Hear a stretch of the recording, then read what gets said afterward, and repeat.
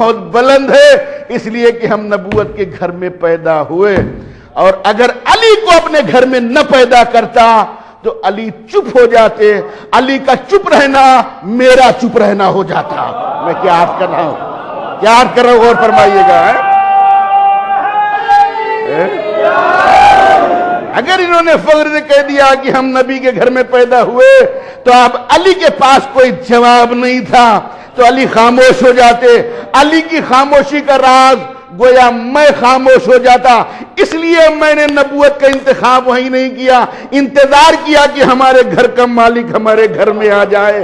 میں کیا عرض کر رہا ہوں، تاکہ اگر کبھی فخر سے یہ کہہ بھی دے تو جیسے جواب بھی مل جائے۔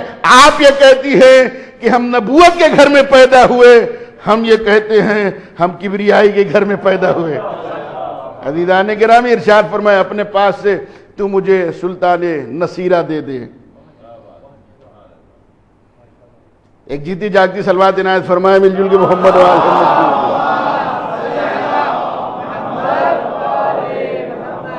بات انشاءاللہ دامنے وقت کے اندر ختم ہو جائے گی، کوشش میری یہی روز رہتی ہے۔ اب ظاہر سی بات ہے کیسٹ تو چلتی نہیں ہے کہ آپ دبا دے چالو ہو گئی، دبا دیجئے بند کر دی جائے، ٹھیک ہے؟ وہ کیسٹ آپ کے اختیار میں، جب چاہیے ریموٹ سے چلا دیجئے، جب چاہیے بند کر دیجئے۔ ہم کیسٹ تو ہے نہیں جہاں سے آپ دبائیے چل گئے، ٹول دیا تو رک گئے۔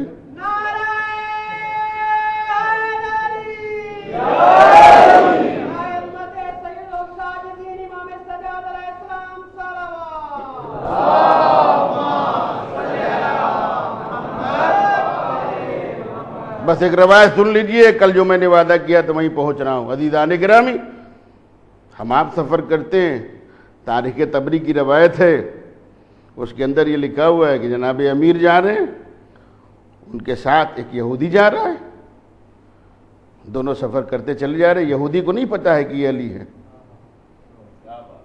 یہی تو افسوس ہوتا ہے، جب جان جاتا ہے تو کلمہ پڑھ لیتا ہے۔ ہم تو دیکھتے تھے تب بھی ماننے کے تیار نہیں ہوتے تھے۔ سبحان اللہ، تم سے اچھا پھر وہ یہودی ہے، ٹھیک ہے؟ علی چلے جا رہے، یہودی چلا جا رہے، راستے میں دریا پڑا۔ سلطان جس کے اختیارات ہر شے کے اوپر ہوں، راستے میں دریا پڑا، اس یہودی نے، تاریخ طبری کی روایت ہے، زیر لب کچھ پڑھا۔ اس کا مطلب سمجھتے ہی نا، یعنی آہستہ سے کچھ پڑھا، اور جب پڑھا تو دریا نے اسے راستہ دے دیا۔ بڑے اطمینان کے ساتھ وہ اس پار پہنچ گیا۔ اب جناب امیر کی طرف دیکھ کے کہہ رہا ہے، اے مسافر، اے مسافر، لو علمت کما علمت احببت احببتم، اے مسافر، اے مسافر، جو مجھے آتا ہے کاش کہ تجھے بھی آتا ہوتا، تو جیسے میں نے دریا عبور کر لیا ویسے تو بھی دریا عبور کر لیتا۔ اب چونکہ تنزیہ فکرے تھے، جو ادھر پہنچ چکا ہے، ایک مرتبہ آپ کے مولا نے غور سے پانی کی طرف دیکھا، جب دیکھا تو پانی نے ماہیت بدلی۔ میں کیا عرض کر رہا ہوں، جب غور سے دیکھا تو پانی نے ماہیت بدلی، پانی وہاں کے اوپر جم گیا، اس کے لیے بنا تھا راستہ، انہوں نے غور سے دیکھا پانی جم گیا۔ علی اس پار پہنچے تو یہ سوچ رہا ہے یہ تو مجھ سے زیادہ علم جانتا ہے۔ میں کیا عرض کر رہا ہوں، یہ تو مجھ سے زیادہ علم جانتا ہے، میرے پاس تو صرف اتنا علم کہ میں نے صرف کچھ پڑھا، اس نے مجھے راستہ دے دیا، میں اس پار آ گیا۔ یہ تو مجھ سے زیادہ علم جانتا ہے، اس کے پاس کوئی علم ایسا ہے۔ اس نے غور سے دیکھا تو پانی اپنی جگہ جم گیا۔ ایک مرتبہ مولا سے پوچھتا ہے، یہ بتائیے آپ پاس کون سا علم ہے؟ ایسے سنیے کہ نہیں سناؤں گا۔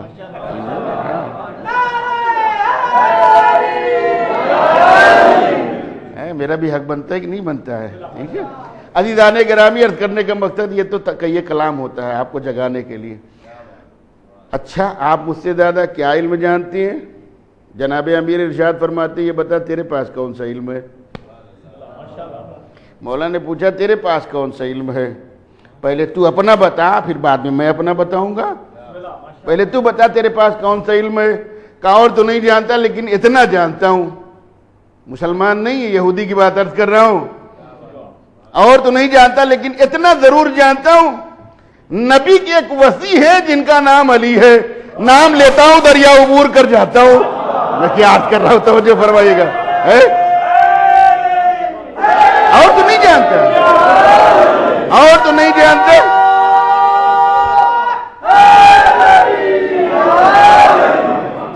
جانتا. نبی کے ایک وصی ہے جن کا نام علی ہے, نام لیتا ہوں دریا عبور کر جاتا ہوں. مسکرائے, مسکرانے کے بعد کہا دیکھا ہے کہا نہ, پہچانتا ہے کہا نہیں. میں کیا عرض کر رہا ہوں, دیکھا ہے کہا نہیں, پہچانتا ہے کہا نہیں. کہا اتفاق کی بات ہے تیری نظروں کے سامنے کھڑا ہوا ہے. فوراً قدموں سے لپٹ گیا, یا علی ہم نہیں جانتے, آج سے آپ کی ولایت کا اعلان کرتا ہوں. یہ ہے سلطان نصیرہ. عزیزان گرامی, تاریخ پڑھیے, دامن وقت میں گنجائش نہیں ہے, میرے پاس کل 10 دقیقے بچے ہیں. جس امام کی شب شہادت منانے کے لیے آپ تشریف فرمائیں, اکثر و بیشتر یہ فکرہ کہا جاتا ہے کہ چوتھے امام کی زندگی روتے روتے گزر گئی. نہ, ہسٹری پڑھیے, تاریخ پڑھیے. جب آپ چوتھے امام, آپ کے چوتھے امام کربلا کی صعوبتوں کو برداشت کرنے کے بعد مدینے واپس آئے, پھر مدینے کے اوپر دوبارہ حملہ ہوا ہے. یہ تاریخ ہے, میں آپ کی خدمت میں عرض کر رہا ہوں. پھر مدینے کے اوپر حملہ ہونے کی جب کوشش شروع ہو گئی تو آپ کے چوتھے امام نے مدینے سے 70 کلومیٹر 70 میل کے فاصلے کے اوپر, اب تو شہر ہوگا مجھے نہیں معلوم, اور اس جگہ کا نام لکھا ہوا میرے ذہن میں نہیں, مولائے کائنات حضرت علی ابن ابی طالب علیہ السلام نے 40 کنویں کھودے تھے اپنے دور میں. جب مولا علی کی جوانی تھی, جناب امیر نے 40 کنویں کھودے تھے وہاں کے اوپر, اور جتنی جگہیں بنجر تھی ان تمام بنجر جگہوں کو علی نے آباد کیا تھا. لوگ جو کہتے ہیں کہ امام حسن کا دسترخوان بڑا مشہور تھا, میں کیا عرض کر رہا ہوں, امام حسن علیہ السلام کا دسترخوان بڑا مشہور تھا, یوں ہی مشہور نہیں تھا. اسی جگہوں کے اوپر جناب امیر کشاورزی کیا کرتے تھے, باغات لگائے ہوئے تھے. سب سے پہلا جو پھل مارکیٹ کے اندر آتا تھا وہ علی کے باغ کا آتا تھا. میں کیا عرض کر رہا ہوں, یعنی وہاں کے سیب, وہاں کے انار, وہاں کی چیزیں جو سب سے پہلے مارکیٹ میں آتی تھی وہ جناب امیر کے ہاں کی ہوتی تھی. 40 کنویں مولا علی نے کھودے تھے, اسی سے زمین کو سیراب کیا تھا. اور یہ جو میں روایت پڑھ رہا ہوں اگر کسی کے حلق سے نہ اترے, حوالہ دے رہا ہوں, دیکھ لیجئے گا. بحر الانوار جو عربی میں چھپی ہے, مصر جو شائع ہوئی ہے, اس کی 45ویں جلد کے اندر یہ پوری ڈیٹیل آپ کو مل جائے گی. ایک صلوات بھیجے محمد و آل محمد کے اوپر, اور سنیے گا. مجلس کا مطلب جب آدمی جائے تو کچھ نہ کچھ لے کے جائے. عزیزان گرامی, سب سے بڑی ہماری درسگاہ الحمدللہ 2 مہینے 8 دن تک مستقل لگی رہتی ہے. یہ تو ہمیں اپنے شعور اور فیوز کی بات ہے کہ ہم کتنی دیر درک کرتے ہیں, کتنے دیر آتے ہیں, کتنے دن نہیں سمجھ پاتے ہیں. عرض کرنے کا مقصد یہ ہے کہ 40 کنویں مولا نے کھودے تھے. انہی 40 کنویں میں سے ایک کنویں کو سرکار سید الشہداء نے فروخت کیا تھا. اسی پیسے سے آپ کے تیسرے امام نے کربلا کی زمین خریدی تھی. میں کیا عرض کر رہا ہوں, یعنی اپنے باپ کی پراپرٹی استعمال کی تھی, کسی اور کی نہیں. اور اسی کنویں کا پیسہ جو تھا اس سے کربلا کی زمین خریدی تھی جو بعد میں بنی اسد کو ہبہ کر دیا تھا امام نے. اور جو شرطیں لگائی تو آپ حضرات جانتے, مجھے بتانے کی ضرورت نہیں ہے. اسی جگہ کے اوپر امام حسن علیہ السلام کشاورزی کرتے تھے, باغات دیکھتے تھے, سارے مال مارکیٹ کے اندر آتے تھے. جب آپ کے چوتھے امام کو یہ پتہ چلا, اگر تھوڑی سی بات ہو جائے تو معاف فرمائیے گا, ٹھیک ہے, میری مجبوری نہ سمجھیے گا کہ میری مجبوری ہے, چونکہ مجھے پیغام آپ تک پہنچانا ہے. عرض کرنے کا مقصد یہ ہے, اور اگر کسی کو بہت جلدی ہو تو میں کیا کر سکتا ہوں. ایک اور صلوات بھیجے محمد و آل محمد کی. عزیزان گرامی, جب امام کو پتہ چلا کہ پھر سے ملک کا لشکر پھر سے حملہ کرنے والا ہے مدینے کے اوپر, کس کے کہنے کے اوپر؟ اس کے کہنے کے اوپر جس کو امت مسلمہ آج کل اپنے مفہوم میں بڑی محبت سے یاد کرتی ہے. ارے یزید کوئی برا آدمی تھوڑی نہ تھا, بڑا نمازی تھا. سبحان اللہ, ایسے ہی اگر نماز پڑھنے والا جنت میں چلا جائے, میں کیا عرض کر رہا ہوں, بڑا نمازی تھا, بڑا اچھا آدمی تھا, اس کے فیور بولتے ہیں. تو ملک کا لشکر پھر سے آیا تھا خانہ کعبہ کے اوپر حملہ کرنے کے لیے. ہمارے امام اسے کہا جاتا ہے جو علم غیب رکھتا ہو. امام اسے کہا جاتا ہے جو علم غیب رکھتا ہو. امام کو پتہ چلا تو امام نے اپنے خانوادوں کو لیا. اپنے خانوادے کو لینے کے بعد اسی ویلی کے اندر جہاں کے اوپر یہ جگہ ان کے دادا کی بنائی ہوئی تھی وہیں جہاں کے امام نے اپنی جگہ آباد کی ہے. میں کیا عرض کر رہا ہوں, مدینے سے امام چلے گئے. اب جب مدینے کے اوپر پھر سے حملہ ہوا, لشکر آیا, تو جن لوگوں نے خود امام کو ستایا تھا اسی میں کا ایک آدمی, اسے یہ پتہ چلا کہ اب ہماری خواتین کے ساتھ بے حرمتی ہوگی, تو اس نے اپنی عورتوں کو لیا. لینے کے بعد امام کے پاس آیا رات کی تاریکی میں. آنے کے بعد دق الباب کی ہے, یہ چوتھے امام کی بات ہو رہی ہے. امام نے دروازے کو کھولا, پوچھا کیا بات ہے؟ کہا شاید آپ نے ہمیں پہچانا نہیں. کہا ہم خوب پہچانتے ہیں, تو میرے بھائی علی اکبر کا قاتل ہے. میں کیا عرض کر رہا ہوں, ہم خوب پہچانتے ہیں تو میرے بھائی علی اکبر کا قاتل ہے, لیکن تو عورتوں کو پناہ دے رہا ہے. میں کیا عرض کر رہا ہوں میرے عزیزو, تو عورتوں کے لے کے آیا ہے. تیری نظروں میں عورت کی کوئی منزلت نہیں ہے, لیکن ہماری نظروں میں باوقار ہوتی ہے. میں کیا عرض کر رہا ہوں, لاؤ میرے گھر کے اندر رکھ دو. پناہ دیے امام نے, آپ کے چوتھے امام نے پناہ دیے. اور اس کے بعد جب وہاں گیا اور جانے کے بعد ملک کو یہ پتہ چلا کہ کچھ لوگوں نے اپنے گھر والوں کو وہاں پناہ دی ہے, جا کے کہا امام سے کہیے کہ آپ کو دربار میں بلایا گیا ہے. اہل بیت کبھی دربار میں جاتے نہیں ہیں. میں کیا عرض کر رہا ہوں, اہل بیت کبھی دربار میں جاتے نہیں ہیں, اور نہ ہی کرسی اور اقتدار کے خواہاں ہوتے ہیں. کرسی اور اقتدار کے وہ لوگ خواہاں ہوتے ہیں جن کے ہاں کچھ نہ ہو, یہ غور سے دیوار کو دیکھو تو دیوار سونے کی ہو جائے. انہیں ضرورت کیا ہے, لیکن جب شریعت پامال ہوتی ہے تب حق بنتا ہے اہل بیت کا بولنے کا. چونکہ شریعت کی بات تھی, پردے کی بات تھی, اور اس نے اپنے تمام مصاحبین سے کہا تھا کہ دیکھو جیسے زین العابدین آئے ہمارے یہاں, تم لوگ سب کے سب تلواریں لے کے چھپا کے رکھو, بغیر کہے ہوئے تلوار سے ان کو قتل کر دینا. اور یاد رکھنا جب وہ یہاں کے اوپر دربار میں قدم رکھے تو احترام کے لیے کوئی آدمی نہ اٹھنا. اس کو معلوم نہیں, وہ تو عز و منتشا وہ تو ذل و منتشا. اللہ جس کو چاہتا ہے عزت دیتا ہے, اللہ جس کو چاہتا ہے ذلیل کر دیتا ہے. عزیزان گرامی, ارشاد فرمایا میرے بابا بھی نہیں گئے تھے دربار کے اندر. جب دیکھا دین پامال ہونے والا ہے, میں کیا عرض کر رہا ہوں, آپ کیا سن رہے ہیں, تب میرے بابا نے دربار کا رخ کیا. اور جب گئے حاکم کے پاس تو اکیلے نہیں گئے تھے, میرے خاندان کے 18 لوگ چنندہ گئے تھے. میں کیا عرض کر رہا ہوں, اور تاریخ اس بات کے اوپر گواہ ہے. میں آپ کو دکھا سکتا ہوں, مجبوری ہے کہ ہم کتاب یہاں نہیں رکھتے ہیں. عزیزان گرامی, اب جب چلے ہیں آپ کے چوتھے امام, چلنے کا انداز بالکل دادا جیسا. میں کیا عرض کر رہا ہوں, چہرے کے اوپر جلال بالکل علی جیسا. تلوار ویسے ہی حمائل کیے ہوئے تھے جیسے علی خیبر میں حمائل کرے ہوئے جا رہے تھے. خود سر کے اوپر رکھا, بڑی شان کے ساتھ چوتھے امام وہاں سے آئے, اور آنے کے بعد جیسے قدم رکھا ہے, جتنے لوگ دربار کے اندر بیٹھے ہوئے تھے سب کے ہاتھ خود بخود اٹھے. یبن رسول اللہ سلام علیکم, یبن رسول اللہ سلام علیکم. ایک صلوات بھیجے محمد وآل محمد گزرے.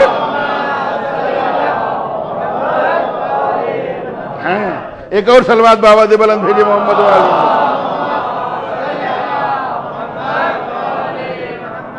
عزیزان گرامی, سیدھے وہیں کے اوپر گئے جہاں تخت لگا ہوا تھا, اور اس کے بعد ڈانٹ کے حاکم سے پوچھا کیوں تو نے ہمیں بلایا ہے؟ اس لیے کہ امامت بول رہی تھی, کیوں تو نے ہمیں بلایا ہے؟ کہا ہم نے معلوم کیا ہے کہ آپ نے فلاں قبیلے والی کی عورتوں کو اپنے گھر میں پناہ دی ہے. کہا بے شک میں نے پناہ دی ہے. عورتوں کی عزت ہوتی ہے, عورتوں کا وقار ہوتا ہے, اس لیے ہم نے اپنے گھر میں پناہ دی. تمہیں اعتراض؟ کہا اعتراض یہ ہے کہ انہیں نکال دیا جائے. کہا جب تک زین العابدین کی حیات ہے, میں کیا عرض کر رہا ہوں, کسی کی ہمت نہیں کہ ہمارے گھر سے کسی کو نکال لے. یہ وہی ہے جو ابھی ہاتھوں میں ہتھکڑیاں بھی پہنے ہوئے تھا, پیروں میں بیڑیاں بھی پہنے ہوئے تھا. جلال کا عالم یہ, اور ادھر اشارہ ہو تلوار چلے, لیکن سب خاموش ہیں, کوئی نہیں بول رہا تھا. اس کے بعد تلوار کو نیام سے نکالا. کہا اگر تم نے اشارہ بھی کر دیا تو تیرے دربار میں کوئی آدمی آج بچ کے نہیں جائے گا. کوئی تصور بھی نہیں کر سکتا کہ چوتھے امام اس طریقے سے بولیں گے. اور اس کے بعد یہ کہہ کے اپنے تلوار کو رکھا, نیام کے اندر بڑی شان سے واپس ہوئے ہیں. جب واپس ہوئے دربار سے باہر نکلے تو وہ ملعون کہتا ہے ہم نے تم لوگوں سے یہ کہا تھا کہ جیسے آئیں انہیں قتل کر دینا، تم نے قتل کیوں نہیں کیا؟ تو سب بیکتفا ہو کے یہی کہتے ہیں، اے حاکم تجھے نہیں معلوم جیسے ہم تلوار چلانا چاہتے تھے نہ جانے کتنے علی ہماری نگاہوں کے سامنے آ جاتے تھے، میں کیا عاد کر رہا ہوں، نہ جانے کتنے علی آ جاتے تھے کہ ہم تلوار نہیں چلا پا رہے تھے۔ عزیزان گرامی، دنیا کربلا کو یہ نہ کہہ کے صرف چھڑا دے کہ دو بادشاہوں کی جنگ تھی، ایک صلوات بھیجے محمد وآل محمد کے اوپر ہے۔ اس سے بہتر صلوات بھیجے بآواز بلند محمد وآل محمد کی۔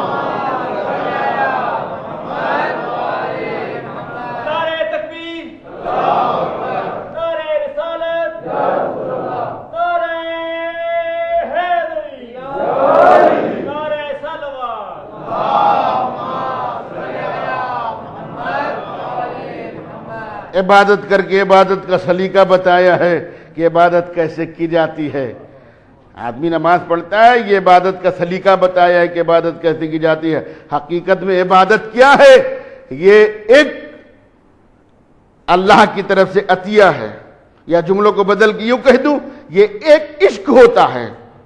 عبادت جو ہوتی ہے یہ ایک عشق ہوتا ہے جو عبد اور معبود کے درمیان میں رہتا ہے۔ میں کیا عرض کر رہا ہوں، یہ ایک عشق ہوتا ہے جس کا تعلق عبد اور معبود سے ہوتا ہے۔ اب جملے کی قدر کیجئے گا، جب یہ عشق اپنے حد عروج کے اوپر پہنچتا ہے، پیر سے تیر نکال لیا جائے احساس تک نہیں ہوتا، اسی عبادت کہا جاتا ہے۔ یہ اہل بیت علیہ السلام ہے۔ دنیا یہ سمجھتی ہے کہ صاحب ہم نے توق پہنا دیا، ہتھکڑیاں پہنا دی تو یہ مجبور ہو گئے۔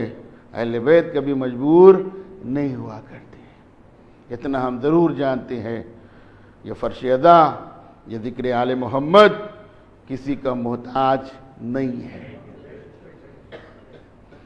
پہلی مجلس میں نے عرض کیا تھا، جب پہلی سال اس امام بارگاہ کے اندر آیا تھا، تب یہ فکر عرض کیا تھا، ہم عزاداری کے محتاج ہیں، عزاداری ہماری محتاج نہیں ہے۔ اور کبھی کسی کے دماغ میں یہ بات نہ آئے کہ ہم عزاداری میں پیسے خرچ کرتے ہیں تو بہت بڑا احسان کرتے ہیں۔ اگر تم خرچ کرتے ہو تو یہ سوچو کہ ہمارے رزق کا اضافہ ہو رہا ہے۔ خوش نصیبی سمجھو کہ تمہارے پیسے کو امام حسین علیہ السلام نے قبول کر لیا، ورنہ بڑے بڑے لوگوں کو ہم نے دیکھا ہے، بچے چندہ مانگتے بڑی مشکل سے مل کے 10 روپلی دیتے ہیں، اس سے زیادہ کی سگریٹیں پی جاتے ہوں گے، بڑی مشکل سے مل کے پیسہ نکلتا ہے، اور حرام کا فلیٹ خریدنا اور دیکھیے کیسے نکل آتا ہے۔ ایک اور صلوات بھیجے محمد وآل محمد کی بنا۔